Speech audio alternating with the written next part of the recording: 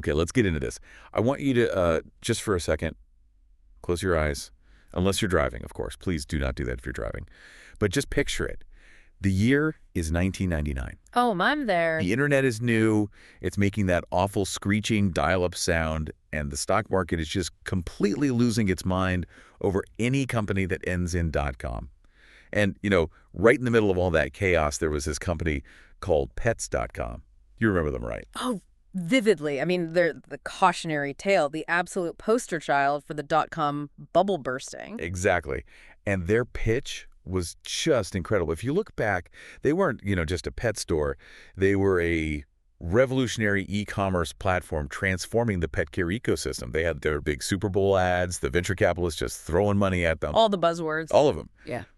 But the funniest thing, the most ironic thing, was their mascot.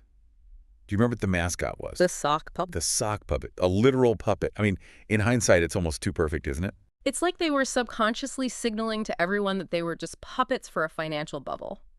Because when you strip away all that jargon, what were they actually doing? They were mailing 50-pound bags of dog food via FedEx and losing money on every single bag they sold. Right, they're selling dollar bills for 80 cents and somehow thought they'd make it up on volume. It was economic suicide, but it was just dressed up as a revolution. Right. Okay, so now let's fast forward. It's January 28, 2026, and we're looking at another company, arguably the most talked about, most polarizing company on the entire planet, a company that claims very, very loudly that it is not what it so clearly appears to be. It claims to be an AI robotics energy platform. But if you look at the factory floor, they're mostly just stamping sheets of metal into the shape of cars. And the argument we're digging into today is that just like Pets.com had its sock puppet, this company, well, it has Elon Musk. Today, we are diving deep into a report that is really setting the financial internet on fire right now. It is titled, "Short Me If You Can: How a Company That Makes Cars Convinced the World It Doesn't Make Cars." It's a subtle title. Very. Yeah. It's by Simba Mudanzvo, who's the founder of TechOnion and also the author of The Emperor's New Suit. And let me tell you, this report, it does not pull any punches. It really doesn't. It's less of a financial analysis and more of an autopsy of a corporate narrative. And the premise is almost terrifyingly simple. Tesla, right now in early 2026, is sitting at an $850 billion valuation. But Mudanzvo's argument is that this number is basically a collective hallucination. He calls Tesla the final boss of meme stocks. Final boss. That's such a great term for it, isn't it? It implies it's the hardest level, the one you have to beat to win the game. Yeah. And the reason it's so hard, the reason betting against Tesla has been what they call a widowmaker trade for a decade, is what Mudanzvo calls misattention. Misattention? Yeah, the idea that you can control reality, or at least the perception of it, through sheer noise and narrative. But the title, "Short Me If You Can," that really sounds like a dare. It is a dare, but I think it's also a warning label. He's saying, look, the math is broken, the fundamentals are cracking, the business is in trouble, but shorting this stock is incredibly dangerous because it doesn't trade on math. It trades on psychology. It's a cult. It behaves like a cult, exactly. So even if you know for a fact that the ship has a massive hole in the hull, the band on deck might keep playing for a very, very long time. It's a warning that logic doesn't always win, at least not in the short term. Okay, so our mission today is to walk through this report, piece by piece, layer by layer. We're going to examine what he calls the category fraud. We're going to look at the absolute massacre of their 2025 delivery numbers. And then we're going to get to the Clash of Clans economic reality check, which is, I think, my favorite part. And finally, the accounting tricks that might be hiding the real truth. We're going to try and find out if the emperor is actually naked, or, as the report puts it, if the emperor is just standing in a giant parking lot full of unsold cars that you can literally see from space. Let's jump right in then. Part 1. The category fraud. Identity versus reality. Because this really is the core of the whole magic trick, isn't it? That central mantra, we are not a car company. That is the golden rule. You must never, ever admit you are a car company, because car companies get valued at, maybe 5 to 10 times their earnings? Right. Ford, GM, Toyota, They're seen as boring. Exactly. They're boring. They make things, they sell them for a relatively small profit, and then they do it again. But tech platforms, oh, they get valued at 30, 40, sometimes 50 times earnings, or even based on revenue.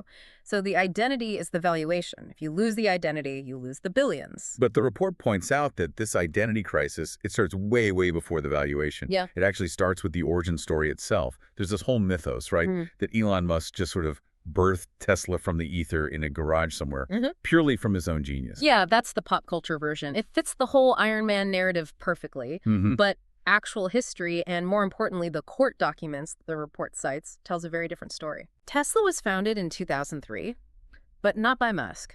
It was founded by two engineers, Martin Eberhard and Mark Tarpenning. I honestly think a lot of people, maybe most people, don't actually know that. I think you're right. Musk didn't even come into the picture until 2004. He came in as an investor, a very important one, sure. He led the Series A funding round. So he was the money man initially. Initially, yes. Wow. He became chairman of the board. But then, in 2007, he orchestrated this pretty brutal ousting of Martin Eberhard, who was the actual CEO and co-founder. And this is the really key legal detail. There was a settlement in 2009 that legally allowed Musk to call himself a founder retroactively. Wait. You're saying he bought the title? Essentially, yes. He bought the legal right to rewrite the company's birth certificate. Mudanzwa uses this fantastic analogy in the report. Go on. He says it's like finding a stray cat wandering around in your garden. You feed it for a few months, maybe give it a name, and then you start telling everyone you bred it from birth. Is it legal? Yeah, sure, if you have good enough lawyers. But is it true? No, not really. Not at all. Wow. That really sets the stage for the whole corporate identity crisis then. Because if you can just rewrite your own history as a founder, you can certainly rewrite the company's entire business model into a robotics platform. Precisely. It establishes a pattern of, let's call it malleability. Facts become suggestions. And this is where we crash right into the revenue reality check. Because you can say you're whatever you want to be, but at the end of the day, your bank account tells the truth. And we have the estimated numbers for 2025. Okay, lay them on us. The 2025 revenue breakdown for Tesla is it's stark. Automotive sales and leasing brought in about $88 billion. $88 billion, okay. That is 92% of their total revenue. 92%, wow. That doesn't leave very much room for anything else, does it? Not much at all. The energy division, that's the solar panels, the power walls, that was about 6%. And services, things like repairs and maintenance, that was the last 2%. So if 92% of your money comes from selling and leasing cars, Then you are a car company. they're a car company. Overwhelmingly so. And the report compares this to other tech giants just to show how absurd the denial really is. Take Apple, for instance. Okay. Apple makes about 52% of its money from iPhones. We all pretty much agree they're a hardware company, right? Or Google. Google makes 80% of its money from ads. We call them an ad company. But Tesla makes 92% from cars, and Musk insists it's an AI robotics platform. The source has this section I absolutely loved. It's called the Absurdity Olympics. It basically just applies Tesla's logic to other massive corporations to show you how ridiculous it sounds. It's a hilarious and very effective exercise in logic. For example, McDonald's. They own billions and billions of dollars in real estate. Their logistics network is one of the most sophisticated on the planet. So under Tesla logic, is McDonald's a restaurant? No, of course not. It's a global real estate and caloric logistics platform. Exactly. I mean, it's technically true, but But if I go there, I'm buying a Big Mac. they don't deny they sell burgers. Exactly. They don't deny their core business. But what about SpaceX? Is SpaceX a rocket company? I would. Yeah. I would say yes. They build and launch rockets. That seems pretty straightforward. Well, according to the Tesla logic, no. It's a multiplanetary logistics and telecommunications platform. The rockets are just, the delivery mechanism. Or Neuralink. It's not a brain implant company. No, it's a consciousness expansion platform. Right. And the source makes a really, really critical point here. This isn't just wordplay for the fun of it. Musk actively shifts these categories depending on what he needs at that specific moment. It's a shell game. What do you mean? When Tesla's car sales are dropping, like they are now, suddenly it's not a car company, don't look at the cars, look at the AI, look at the future, but you flip the script. When SpaceX needs a big contract from NASA, then it is absolutely a rocket company that is subject to all the normal aerospace regulations. Oh, I see. Or when Neuralink needs FDA approval for human trials, then it's very much a medical device company. So the category is fluid. It just shapeshifts to protect the money. It shapeshifts to protect the narrative, because the narrative is the only thing holding up that stock price. If investors ever woke up and admitted Tesla was just a car company, the stock would probably trade at what? $20 or $30 a share, not hundreds of dollars. The category fraud isn't an accident, it's the entire business model. But, reality always has a way of catching up, doesn't it? Narratives are great, but eventually you have to actually ship the product. And that brings us perfectly to part two, the delivery massacre. Because 2025, it wasn't just a bad year for Tesla, it was a historic year, and for all the wrong reasons. It was a disaster, an absolute disaster. And this is the single data point that the Short Me If You Can report really leans on most heavily. In 2025, Tesla delivered 1.64 million cars. Which, in a vacuum, that sounds like a lot of cars. It sounds like a lot until you look at the trend line. That number is down 8.6% year over year. This is the first annual decline in Tesla's modern history.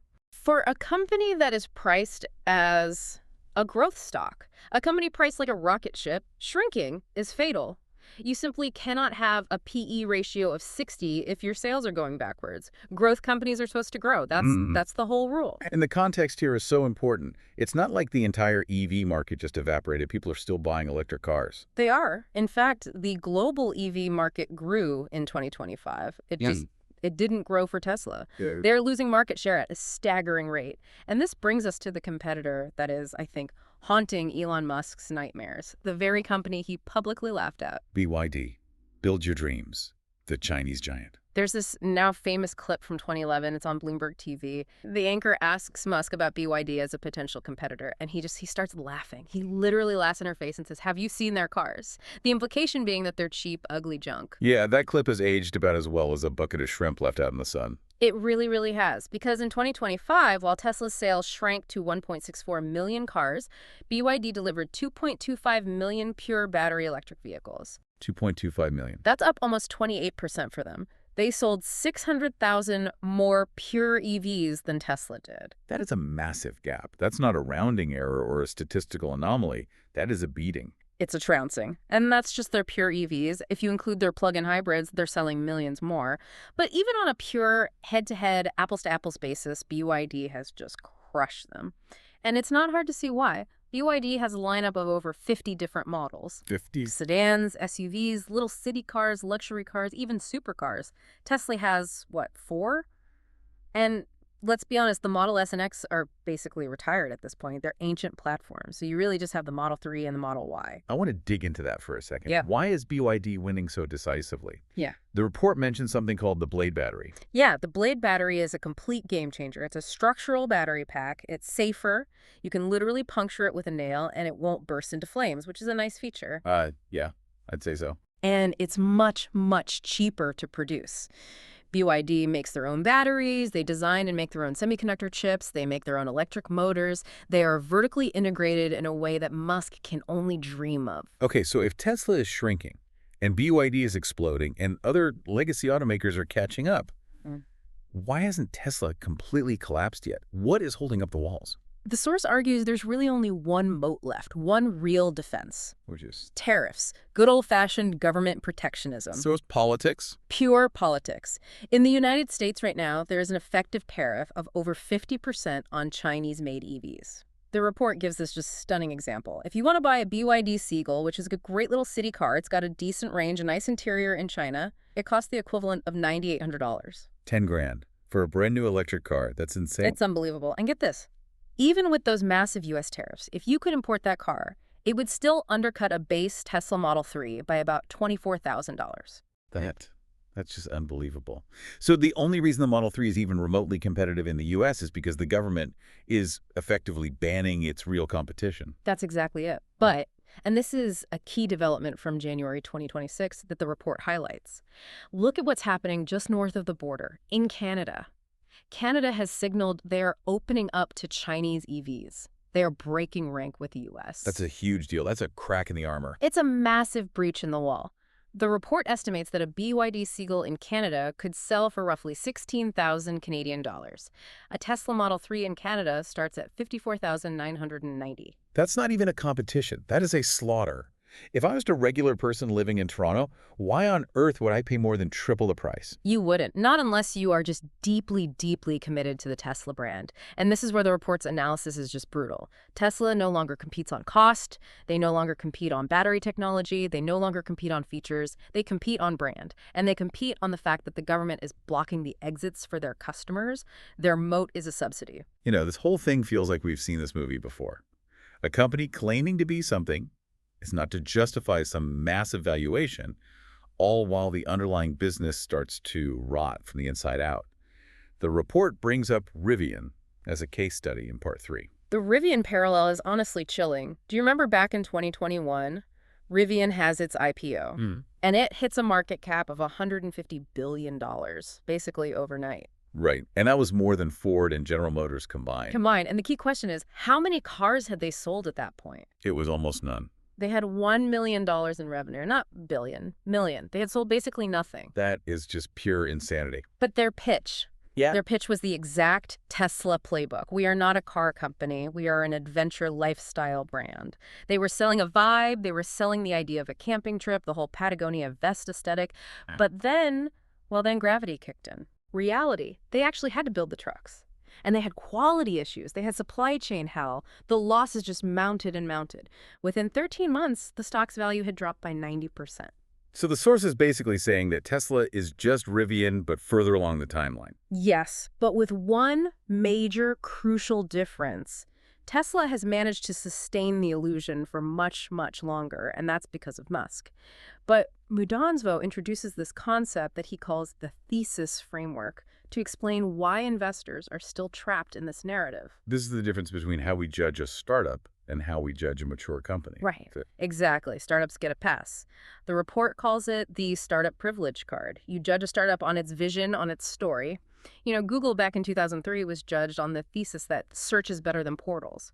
You don't look at the PE ratio yet. You look at the potential for a monopoly. But Tesla's 21 years old. They had their IPO back in 2010. That's not a startup. That's, I don't know, junior in college. That is the entire point. They are in the S&P 500. They are, for now, a profitable company. They are a mature auto manufacturer.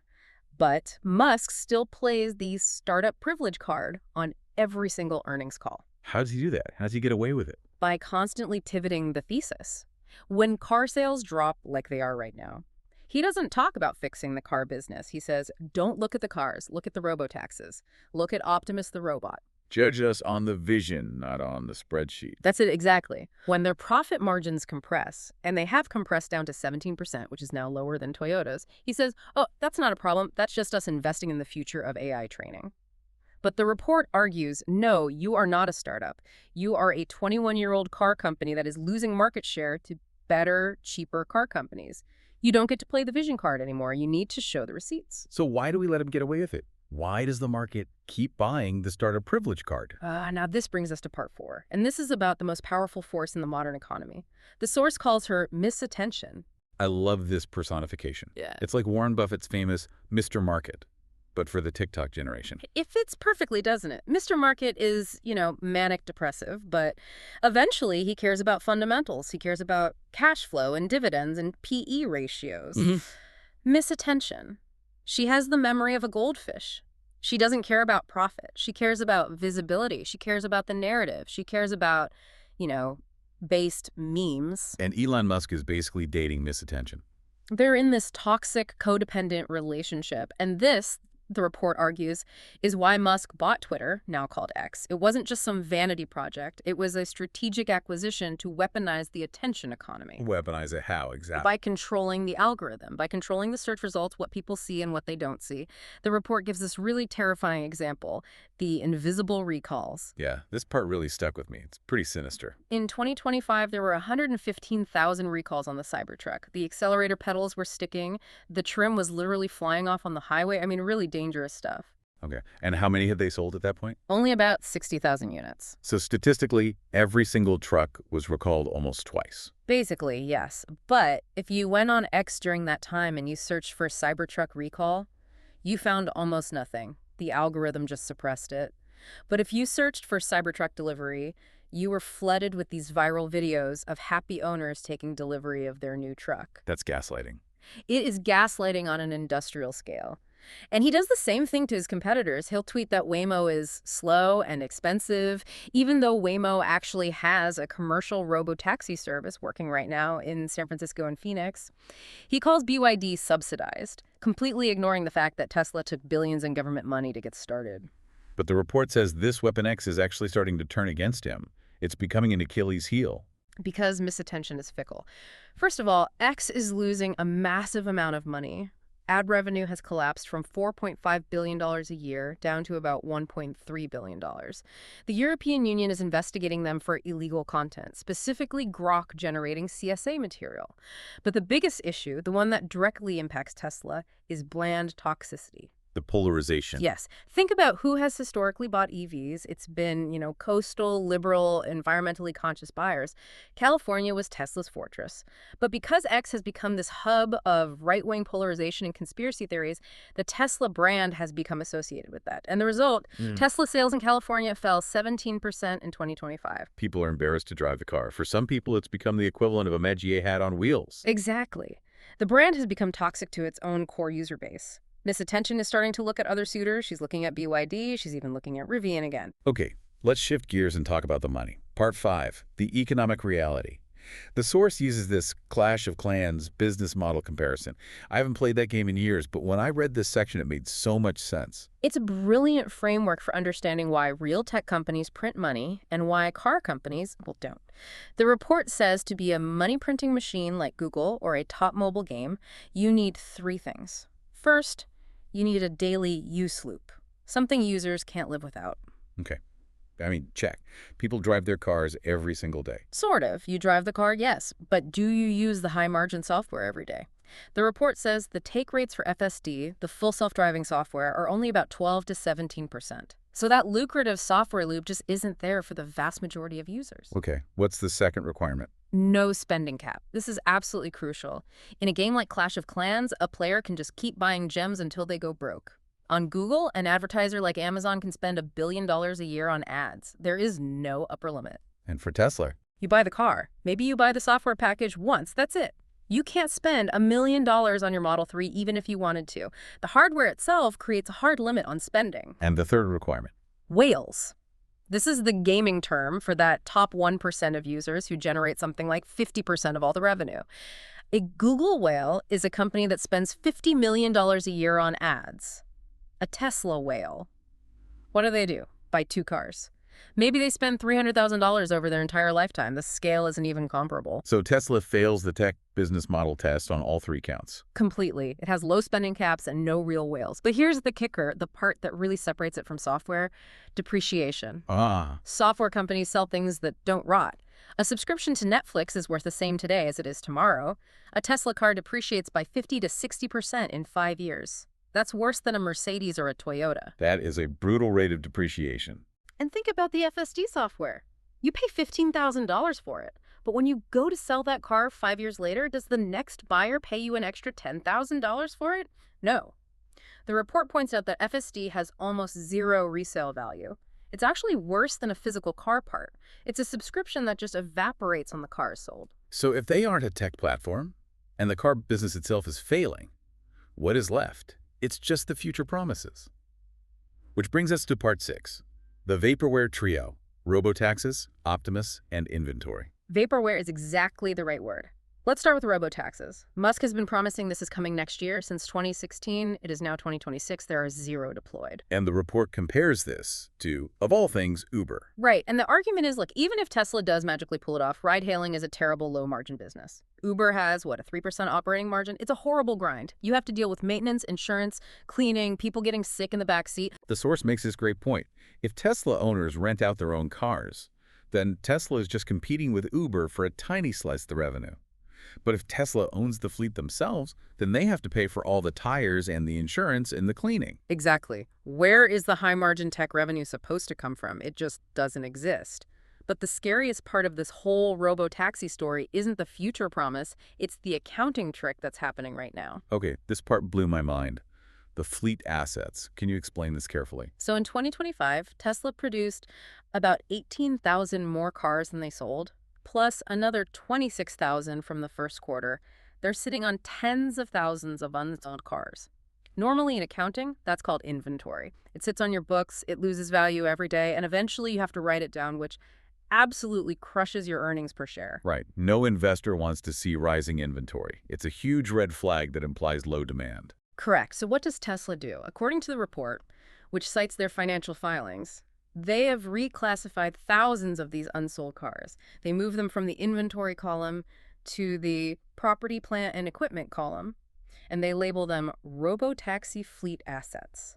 Hold on. So they're basically saying, we didn't fail to sell these cars. We're actually keeping them on purpose for our future robot army that doesn't exist yet. That's exactly it. It cleverly avoids the inventory write-down. It keeps the earnings per share number looking okay, but the software to run them doesn't exist. So they are just cars rotting in parking lots. The report literally says you can see these massive lots full of unsold Teslas from space. Thousands of cars baking in the desert sun, listed on the balance sheet as future machinery. That is some highly creative accounting. It's Enron-level creativity, according to the source. It works right up until the moment it doesn't. And then, of course, there's Optimus, the robot. The most valuable product ever created, according to Musk. But let's do a reality check. Boston Dynamics has robots that can do backflips and run obstacle courses. Figure AI has robots working in BMW factories right now as we speak.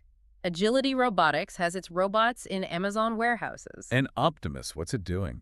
It was last seen folding laundry very slowly in a highly staged video, and here's the ultimate insult.